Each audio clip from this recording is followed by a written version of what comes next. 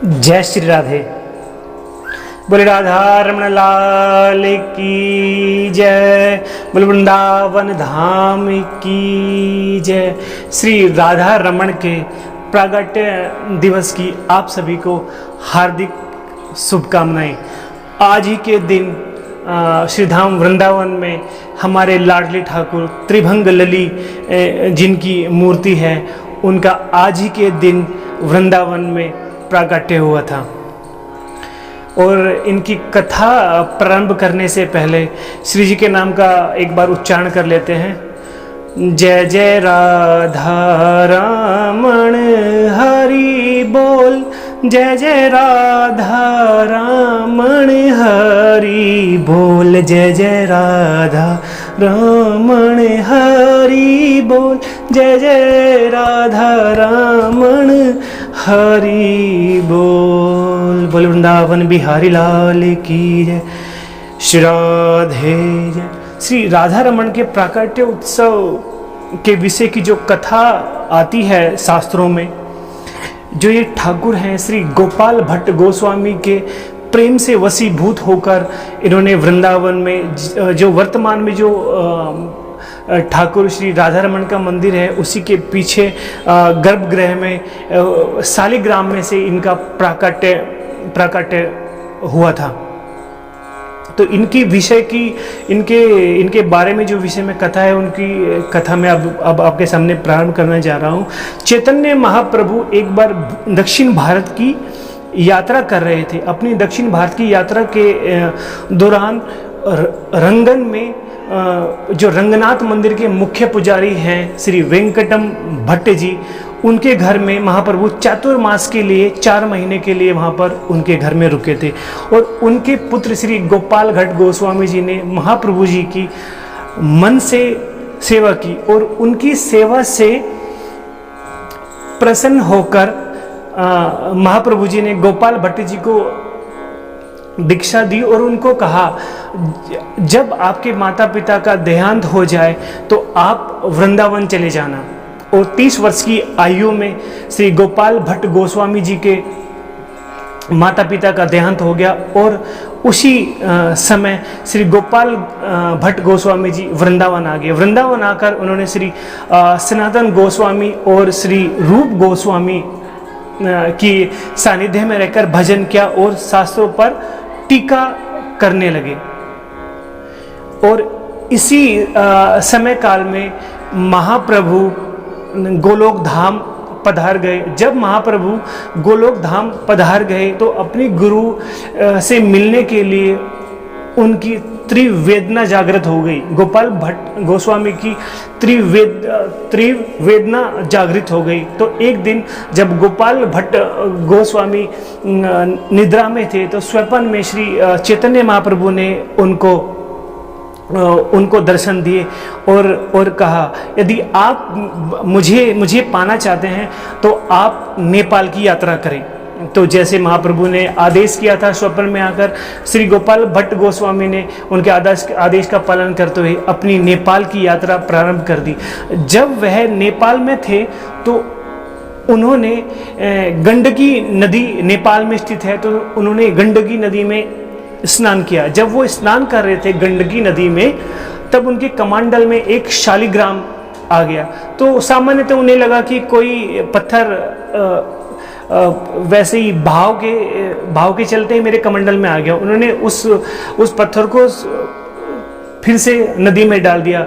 ऐसा 3 बार हुआ। हर बार उनके कमंडल में एक एक करके पत्थर आते गए। ऐसे करके उनके कमंडल में 12 शालिग्राम इकट्ठे हो गए। तभी आकाशवाणी हुई, हे गोपाल भट्ट, आपने मेरे दर्शन के लिए मुझसे प्रार्थना करी थी, तो इन शालिग्रामों जो हैं वो मैं ही हूँ और यही मेरे दर्शन हैं। और महाप्रभु जी की आज्ञा से श्री गोपाल भट्ट गोस्वामी जी नेपाल से पैदल ही वृंदावन की यात्रा प्रारंभ कर दी और वृंदावन आ गए। वृंदावन में श्री चंदन से, श्री यमुना जल से और तुलसी पत्र से 12 के 12 शालिग्रामों की वो सेवा करने लगे और नित्य ही मधुकरी करके अपना जीवन यापन श्री धाम वृंदावन में करने लगे।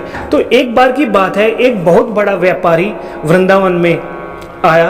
व्यापारी होने के साथ साथ वह बहुत बड़ा दानी भी था और सनातन धर्म के लिए उसके हृदय में एक विशेष स्थान था।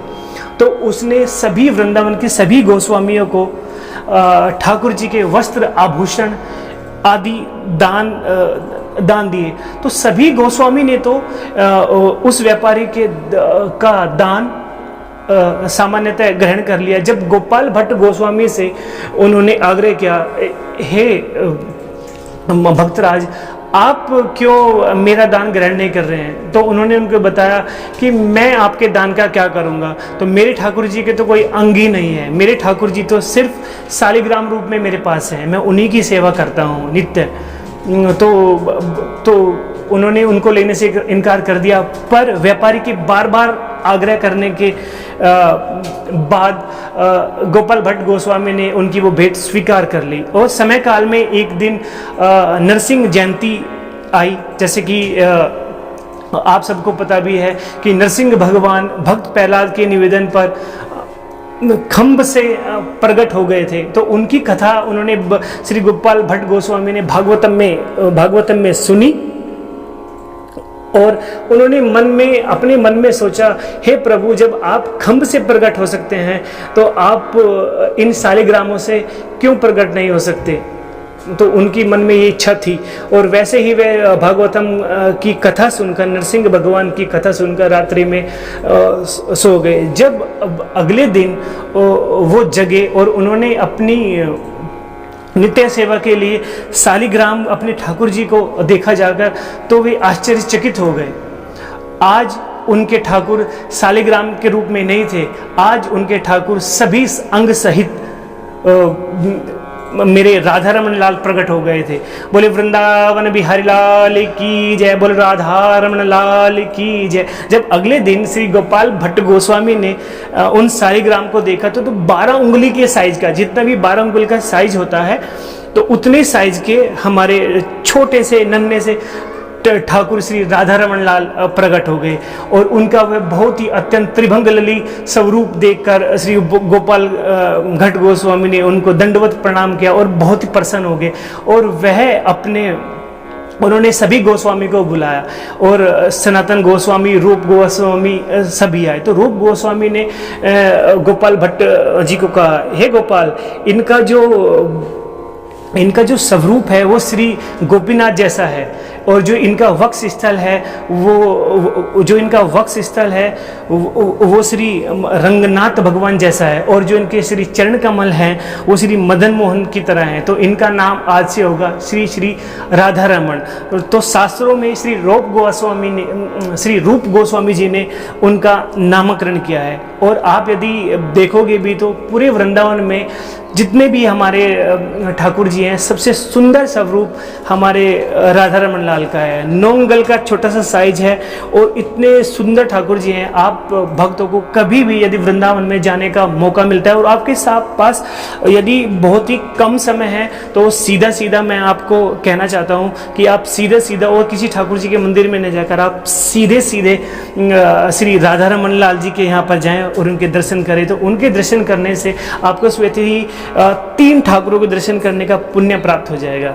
आशा करता हूँ कि आपको राधा रमन लाल के अपीयरेंस डे पर ये कथा आपको बहुत बहुत अच्छी लगी होगी। तो आपके मन में भी भक्ति का भाव बना रहे और हमारे मन में भी ऐसा ही भाव बना रहे और ऐसी ही कथा ठाकुर जी की कथा सुनने के लिए आप हमारे YouTube चैनल से जुड़े रहे जिसका नाम है श्री भक्ति भाव।